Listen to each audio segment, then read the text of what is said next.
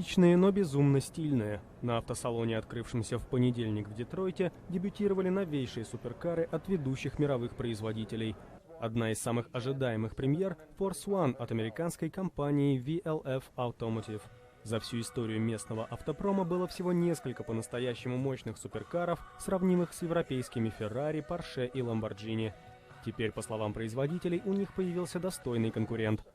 Force One оснащен двигателем мощностью 745 лошадиных сил, максимальная скорость 350 км в час. По словам производителей, в этом году выпустят всего 100 таких машин. Первые покупатели, как ожидается, получат их уже в июне.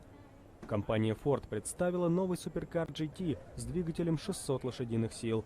Двери машины в открытом состоянии напоминают крылья чайки.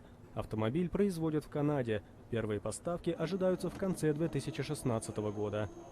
А немецкая компания BMW, в отличие от конкурентов, решила сделать акцент на экологичности и показала свой гибридный спортивный электромобиль i8. По словам производителей, его максимальная скорость составляет 250 км в час. Автосалон в Детройте будет работать 2 недели. Как обычно, первыми новинки увидят представители отрасли и журналисты, а с 16 по 24 января двери откроются для всех желающих.